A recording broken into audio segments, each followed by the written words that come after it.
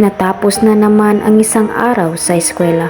May mga estudyanteng masaya, tawanan dito, asaran doon. May iba namang tahimik, pagod at tila may iniisip na ang kanilang mga gawain sa bahay. Sa dami ng pinag-aralan ngayong araw, gusto na lang nilang umuwi at magpahinga. Pero sa kabila ng pagod, hindi pa dito natatapos ang kanilang araw. Sakay ng tricycle, saglit na pahinga, hawak ang cellphone, nagbabasa ng messages o minsan pinipikit na lang ang mga mata para makapagpahinga.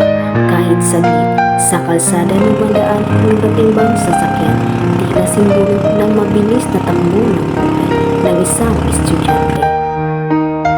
Ilang minuto lang nasa bahay na rin, pero hindi ibig sabihin tapos na ang responsibilidad. Pero sa loob ng ilang minuto, kailangang simulan ang mga gawaing bahay dahil bukod sa pagiging estudyante, anak din tayo, may tungkulin sa pamilya. Hindi lang sa eskwela, may responsibilidad. Sa bahay, kailangang tumulong, maghugas ng pinggan, magwalis at iba pa. Pagod na pero hindi maaaring hindi gawin. Sa bawat gawaing bahay, may aral na natutunan ang pagiging responsable. Hindi lang ito simpleng gawain, kundi paghahanda rin para sa hinaharap. Pagkatapos ng lahat, oras na para sa pinakamahirap na bahagi, ang pag-aaral sa gabi. Habang ang iba ay natutulog na, ikaw nakaupo pa rin nagsusulat, nagbabasa, nagre-repaso. Ilang oras na lang, gigising ka na ulit.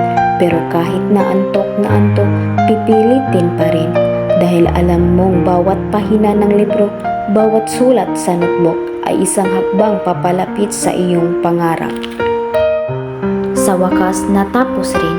Oras na para upang ipikit ang mga mata upang makabawi ng kaunting lakas para bukas, panibagong araw na naman.